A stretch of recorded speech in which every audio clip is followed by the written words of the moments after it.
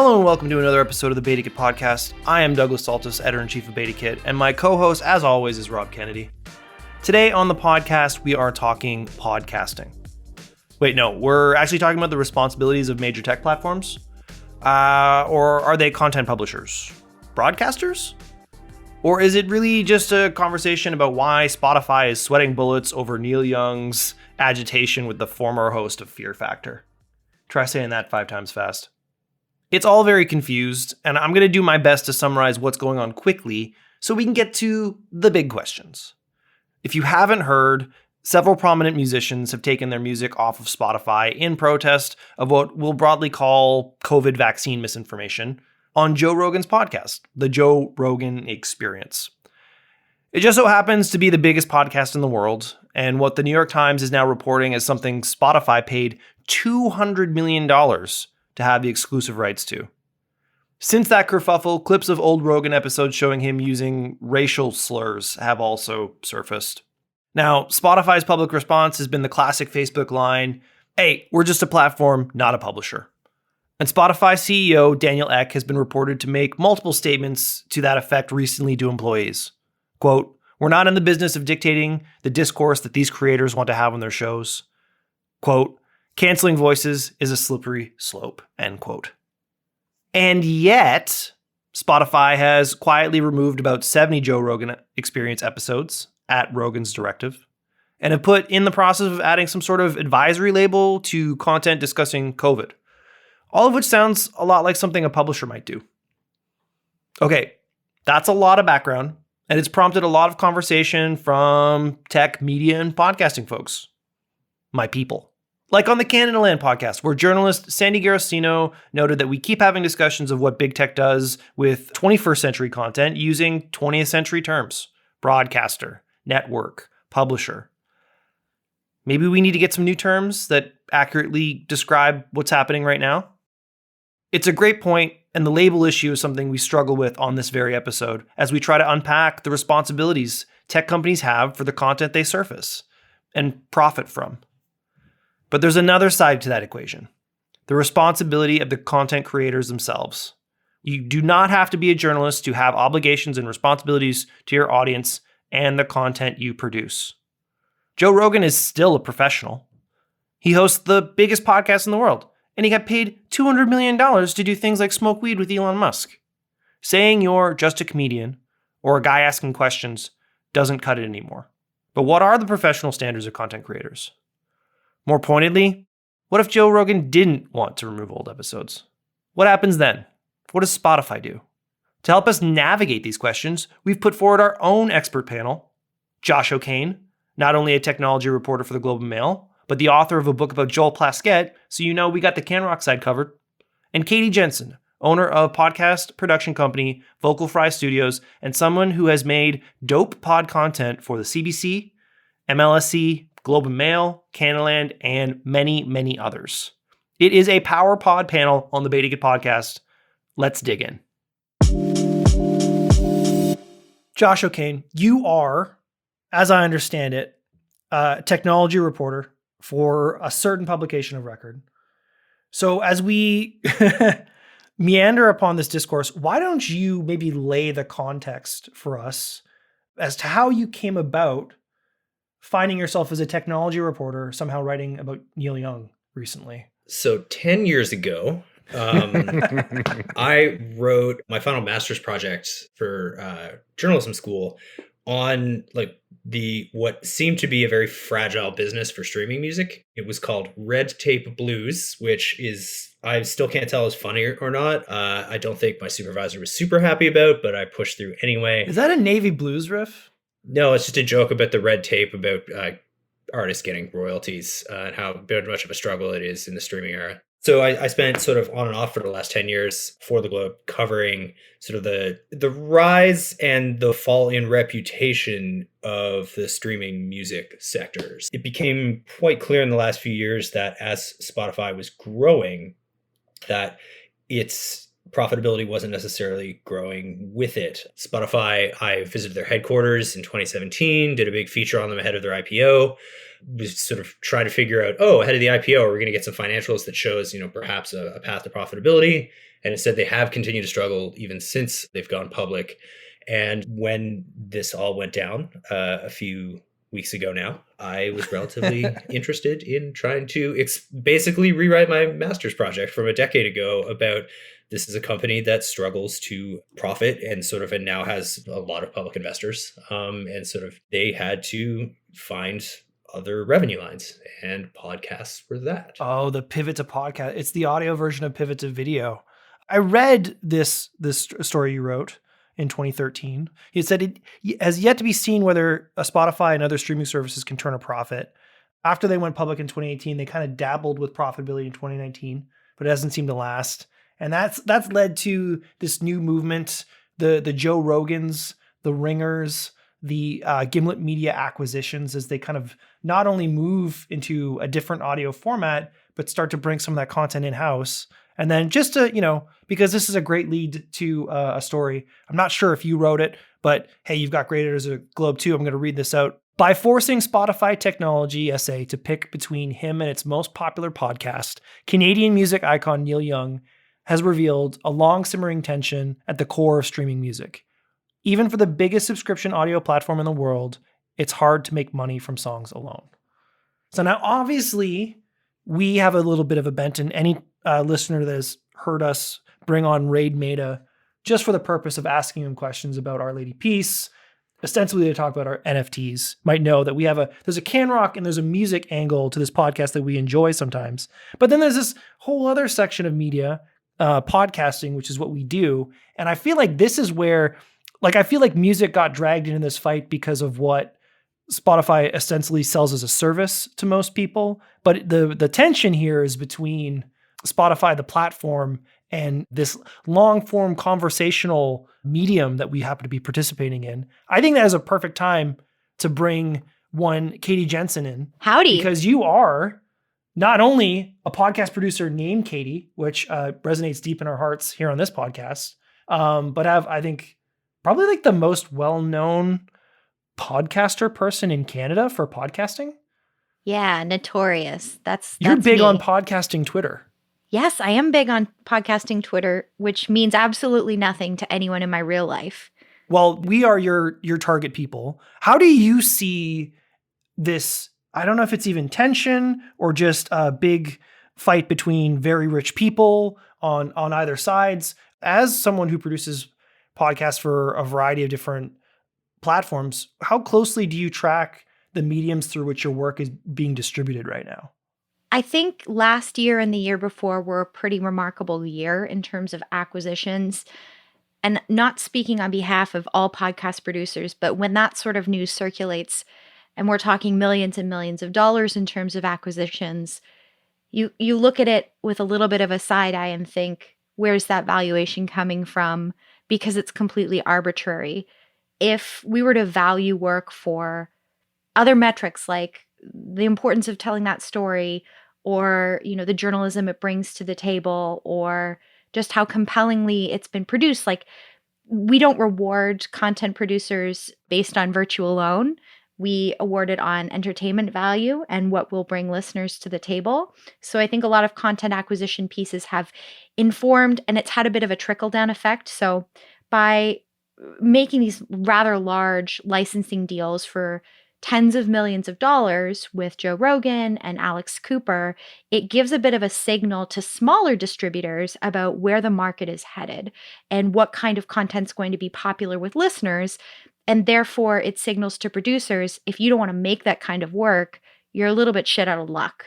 So it really benefits those who enjoy making that kind of content and consuming that kind of content, but it's a little bit of a narrowing in terms of what the medium is capable of and what producers are capable of. And it's kind of like saying we're only going to make action movies from now on, but there are so many other kinds of movies that can be made and enjoyed.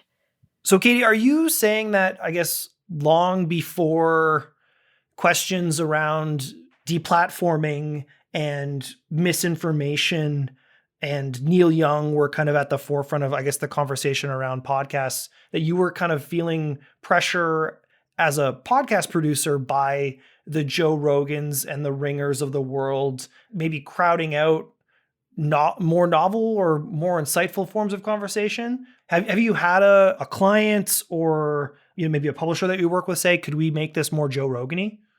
I haven't had a publisher tell me this, but when kind of a similar thing happened, I was looking to take on more work from after a project had come to an end with a specific Canadian publisher.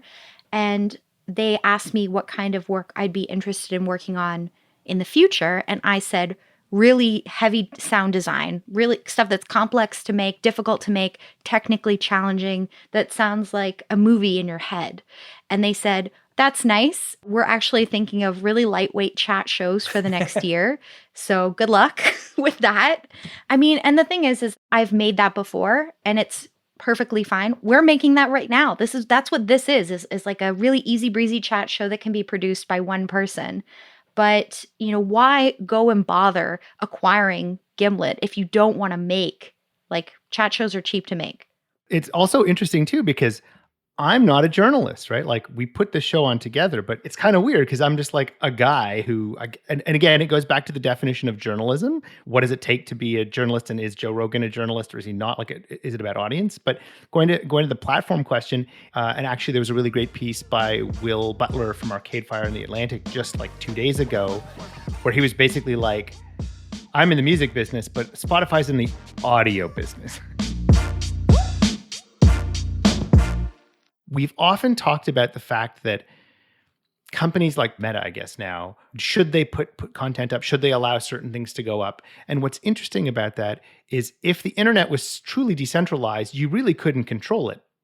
But because it's sort of centralized by a few key actors, you actually can start censoring speech and doing different kinds of things that you couldn't do if the internet was truly decentralized. And I don't know if that's necessarily a bad thing. You do that in other forms of media. You take commercials off of TV shows. All that to say, the new media is starting to look and feel a little bit like old media, and people are figuring out the levers they can pull to affect it more than they could maybe 5 or 6 years ago when we started this conversation. Okay, so let's take that sentence by sentence, right? As you noted, all the different ways this is starting to feel like past media ages, not everything is moving over. And the fact that you just said, I was reading an article in the Atlantic by Win Butler of the Arcade Fire, I think demonstrates how the barriers have broken down between media, journalism, and entertainment. So Josh is a legitimate reporter. I pretend to be a journalist.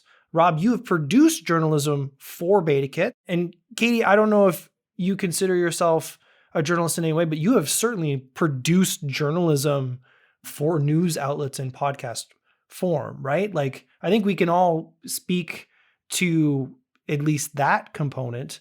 The other part of this is because there's been this breakdown, we have all of these media outlets that don't operate with the same level of responsibility, ethics, or understanding of even those responsibilities that traditional media outlets do. We have a lawyer that we use that reads our stuff to make sure that we don't get sued. And we have processes that we follow to make sure that we are reporting accurate information. And that is part of BetaKit's role as a news publication. But there are a variety of other media outlets, whether it's broadcast TV and Equal Time or certain political ads. Like, traditional media had very strong barriers around the information that it broadcasted. And it seems like when that barrier broke and was decentralized, everyone became a media publisher without an understanding of like the legal or ethical responsibilities around what is required in that. And I feel like Neil Young and a bunch of other people are trying to like put their fingers in dikes where there's 1,000 different leaks. The issue is that we're kind of assuming something that doesn't exist. Like, there is no CRTC, there's no regulatory body. Although podcasting is a portmanteau of podcast and broadcast, there is no traditional regulatory body that mandates podcasting in any way, shape, or form. So there's already this lack of scrutiny that's inherent to the medium, and to kind of come back and say, we've got to put all these measures in place, it would be building something from absolute scratch because the industry has been unregulated for so long. Well, are you saying that it's impossible to do now because the cat left the bag a decade ago? I think much like with blogging and like that Web 2.0 era where it was like, oh, it's really cool. People are like writing about stuff on the internet. And now we're like disinfo campaigns through WhatsApp and subreddits leading to occupations of our nation's capital. I don't think that we even saw the cows leave the barn to try to catch them. Are you saying it's too late or that we shouldn't even do it?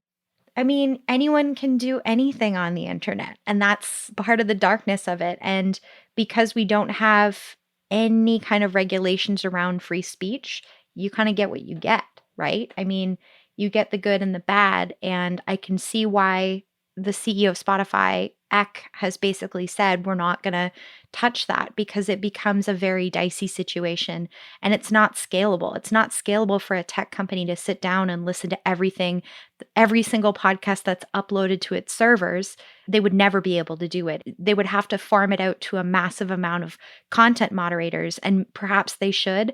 But if they did that and they started rejecting podcasts based on content filtering, then someone could easily take their podcast and publish it elsewhere. Like the instant someone starts gatekeeping the content of a podcast, there's so many options for a producer that they could easily just go and say, well, now we're just going to publish via Apple, Google, Stitcher, whatever.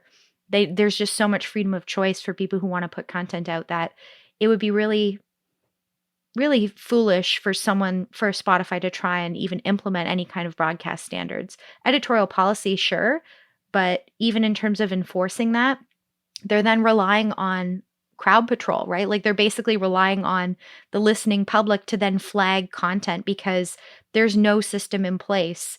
The thing is that podcasting is such a simple form of publication. You have one place, you upload an MP3, and then it just goes into a bunch of different places and nobody is there to check it. It's just a very wide cast medium with a very simple source point. So you're introducing all of these checkpoints that just don't exist right now. Yeah, you're making such great points. Like first, just on the transferability of this media, I think the minute, the hour that Neil Young was no longer on Spotify, Apple Podcasts or Apple Music was putting out ads saying we're the home of Neil Young, which is pretty obvious. But the curation element and the difficulties there, I think we need to dig into that because that is something that Spotify is at least nominally embracing right now. Since the issues that prompted this conversation, there have been additional follow-ups around Joe Rogan with numerous episodes being removed from Spotify containing racist language. The initial prompt that led Neil Young to want to take his music off the platform led to at least some sort of messaging around episodes across the board that contain conversations around COVID-19 or medical information and things like that. So you see Spotify dipping their fingers in some sort of editorial curation. It's interesting that a lot of the content removing, to Katie's point,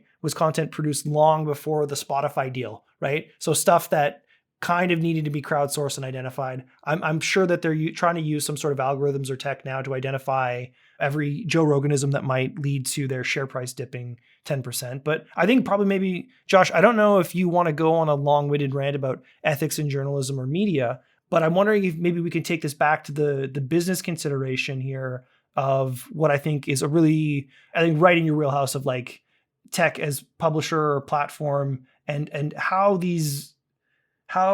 tech companies' inability to make a uniform decision on their role has led to a variety of tech companies recently seeing massive dips in their share price or continued struggles with revenue generation, whether it's Facebook or Spotify or take your pick based upon the next quarterly earnings.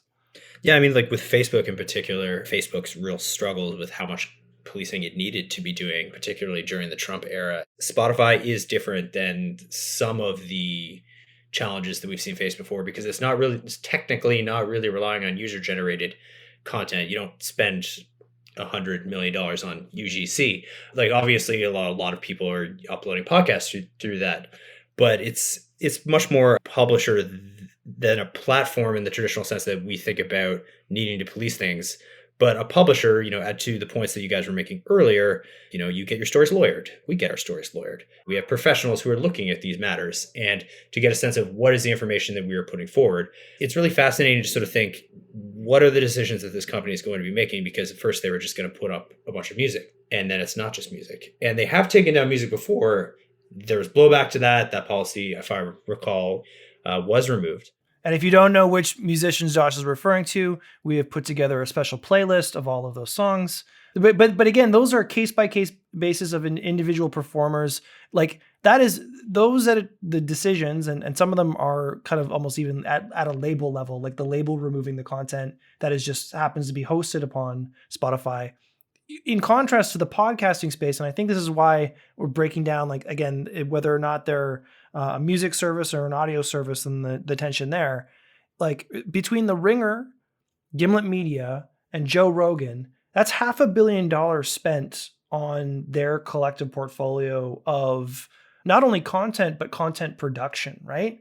Doesn't that in itself point to probably even more than, say, Facebook or Google from an algorithmic, or Twitter at an algorithmic layer, that they are making publisher decisions?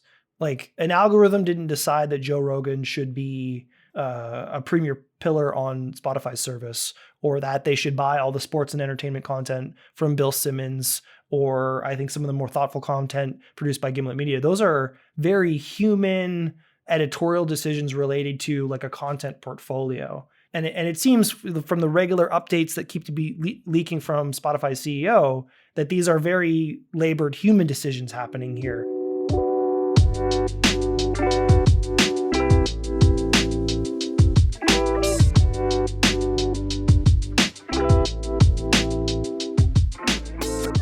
Did you know that Float works with growing Canadian startups like Clutch, Humi, and Properly, providing them with high-limit, quick approvals, virtual and physical corporate cards, and easy-to-use spend management software?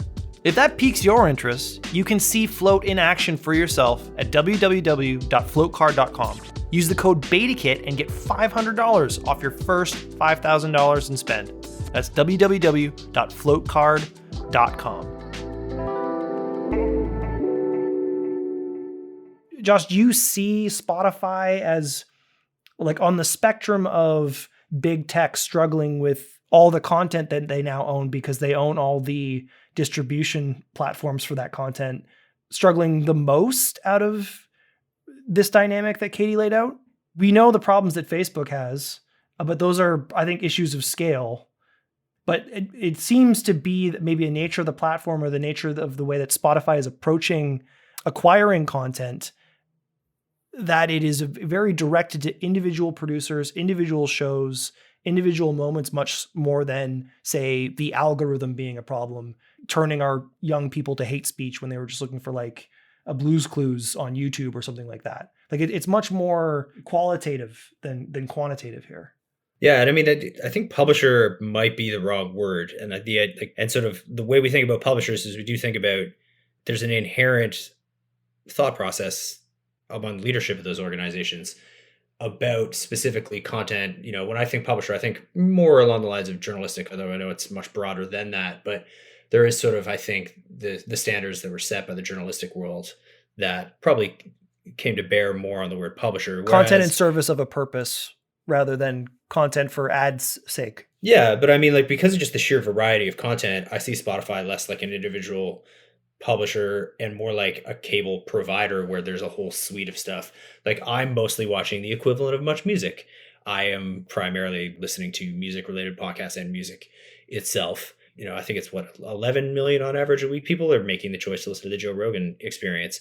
And so I think over time that's going to be refined. I don't know necessarily if there's going to be a regulatory way to approach that, but I think investors are going to, over time, in probably an imperfect fashion, just judging by the way that things have unfolded now, I think steer Spotify perhaps in a direction that you may see less traditional kinds of choices, the kinds of things that are facing Facebook about policing political speech, we don't know if they're going to face the same version of that question. I think there'll be slightly different versions of that question. You might have people greenlighting channels, like this is the Gimlet channel, this is the Joe Rogan channel, and the Joe Rogan Extended Universe channel. But so what you're talking about, again, going to that idea of being more broadcasters, that those are very walled. Now we're talking channels, right? Which much more regularly falls into that traditional broadcast experience, whether it's television or if we're going radio station and programming formats, right? Rob, I want to go to you because like Katie laid out this argument that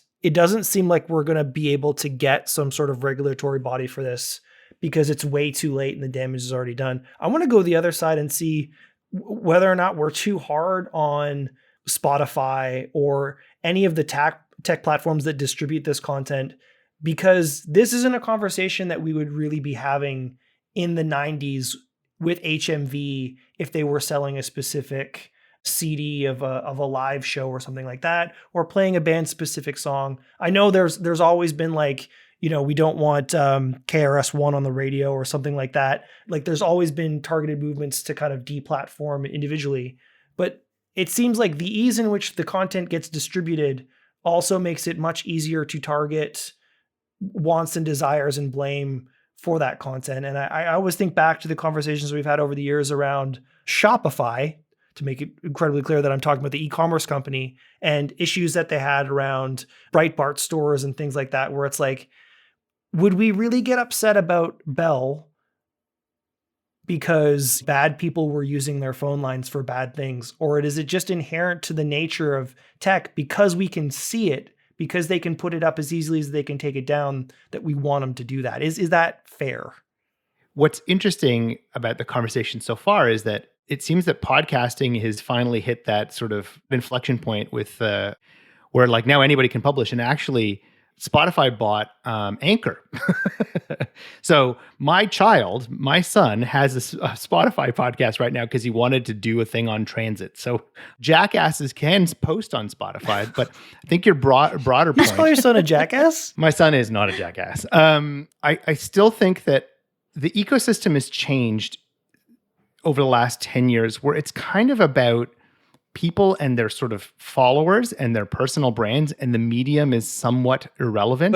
But we live in a world where reality TV hosts are worth $100 million or president, and like the lead singer of the Arcade Fire is writing for what used to be weekly magazines. And I want to go back to, and I'll ask Katie this question directly, but the argument that Rob was just trying to make was something that I heard similar to Pivot Podcast, Kara Swisher, things like that, where although we acknowledge that all this stuff has been wrapped up together in a ball, we're still holding to some sort of prior distinction where it's like, Joe Rogan's got to do a better job if he's going to interview people, because he's not like me. I'm a professional. He's not a professional, but he got paid $100 million to do his dumb Joe Rogan ape thing for his listeners. So he is a professional, but why can't we have professional accountability across the board? Why is it that people like me, if I produce content, are liable for libel or just basically the things I say and have certain responsibilities, but someone like Joe Rogan, because of the world that he came from, isn't? I mean, to be clear, Joe Rogan could also be sued for libel like any person. So he's not immune just because no one has sued him. Anyone can be sued for any reason. But there is never going to be a scenario where an entertainer needs a license to entertain or a journalist needs a license to perform journalism, because that has never existed. There's never been a certification of journalists or entertainers. You can have union memberships in terms of labor rights and collective bargaining, but there's absolutely nothing preventing anyone from being an entertainer or a journalist with no education and no accreditation. That's the beauty of it. I mean, it's a very free-flowing profession where you can enter with any experience that is applicable to what you're writing about. Someone could be an incredible journalist who never went to school, but they have lived experience that informs their knowledge about a certain area.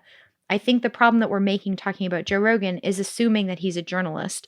He's an entertainer. And to assume that podcasts are 100% journalism is false. There's so many podcasts out there. There are true crime podcasts, comedy podcasts.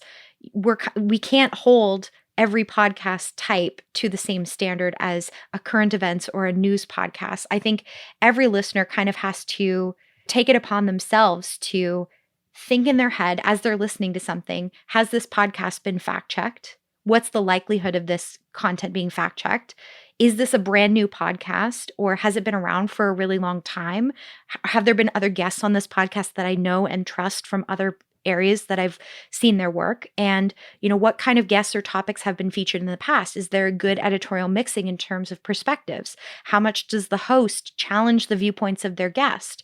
All of these things have to be done by the listener when gauging the accuracy of a podcast, because there's absolutely no way that any kind of governing body is going to hand out licenses to podcasts. That's never going to happen.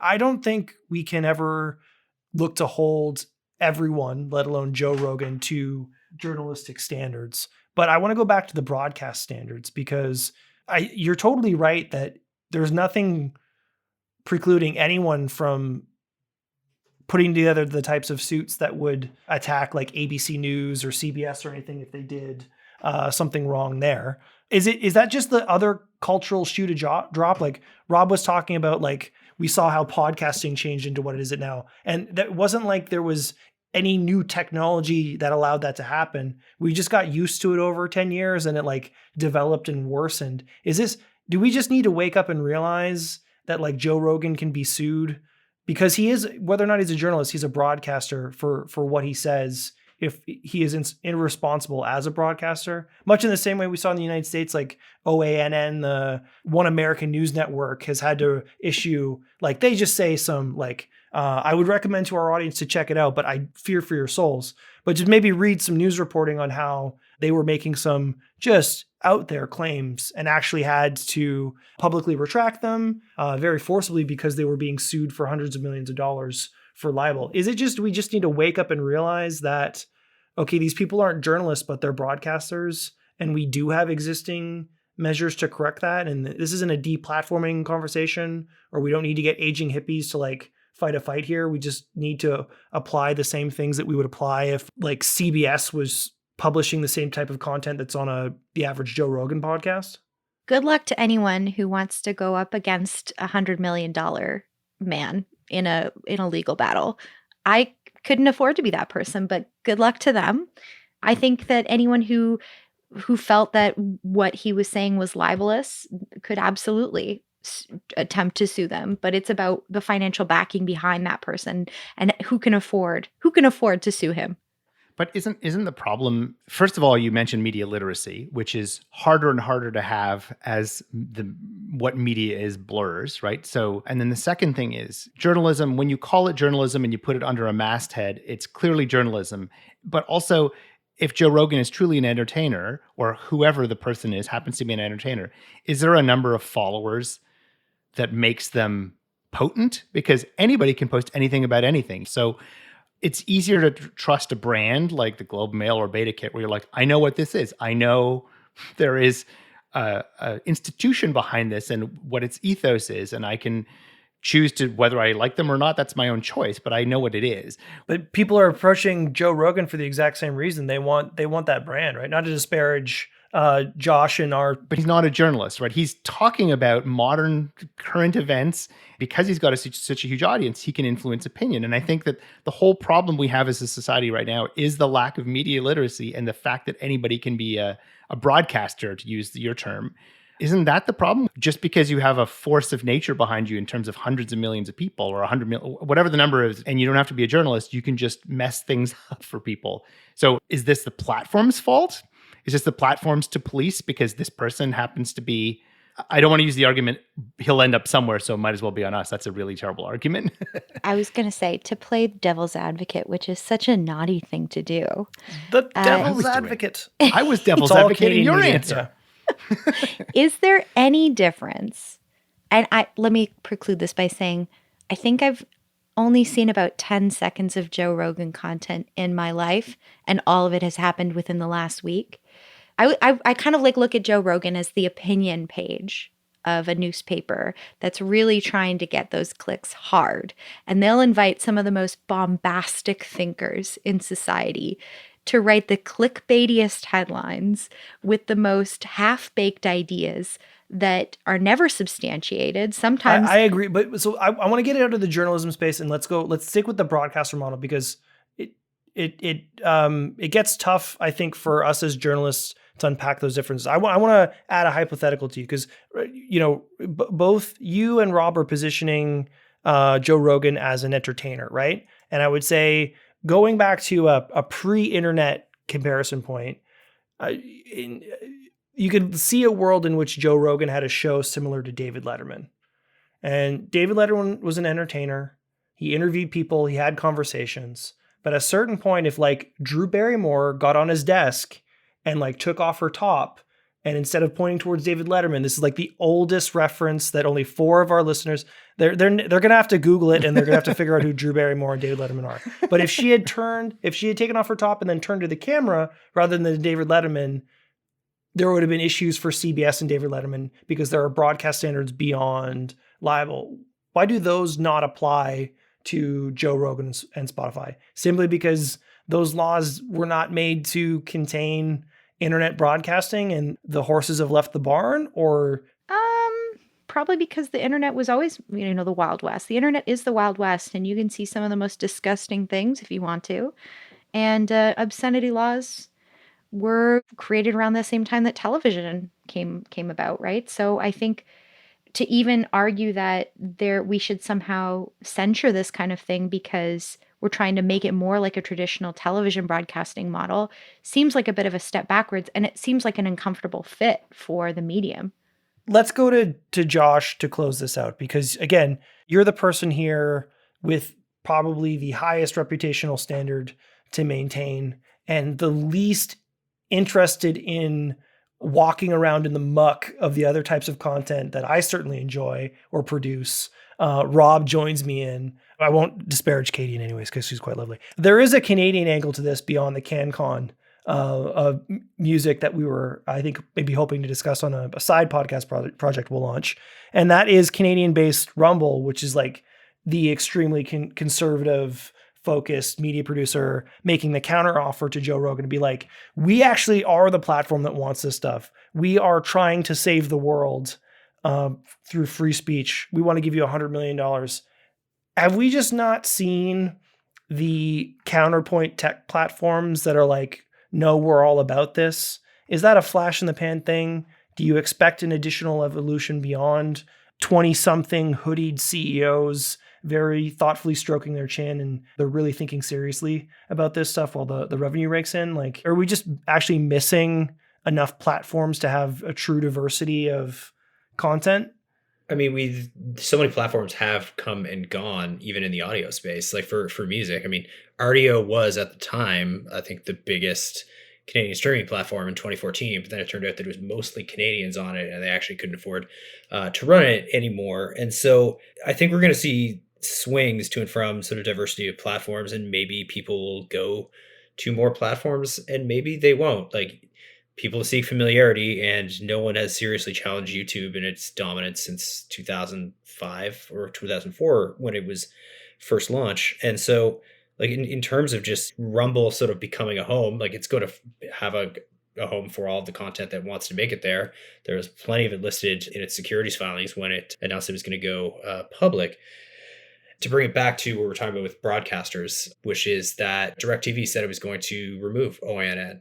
And now DirecTV is basically facing significant blowback from Trump, who still has a significant following on social media, and probably a group of followers who probably still have DirecTV subscriptions for sure. I think it's just going to be really interesting to sort of see what that does and if that has any effect on what's going on with Joe Rogan, because it's going to be really hard to regulate this particular market. But taking a particularly globe and mail perspective here, but like, I think the market is going to probably dictate what Spotify does next.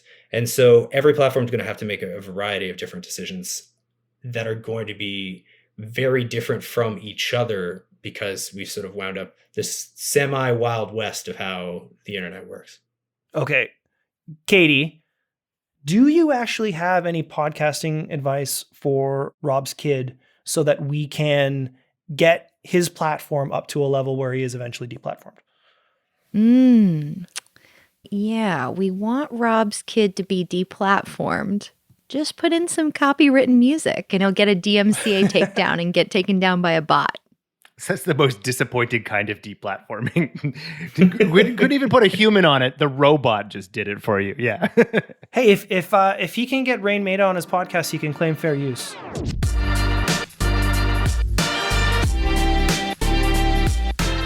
The BetaKit podcast is produced by BetaKit Incorporated. It's edited by Katie Lohr, and its hosts are Rob Kennedy and me, Douglas Saltus.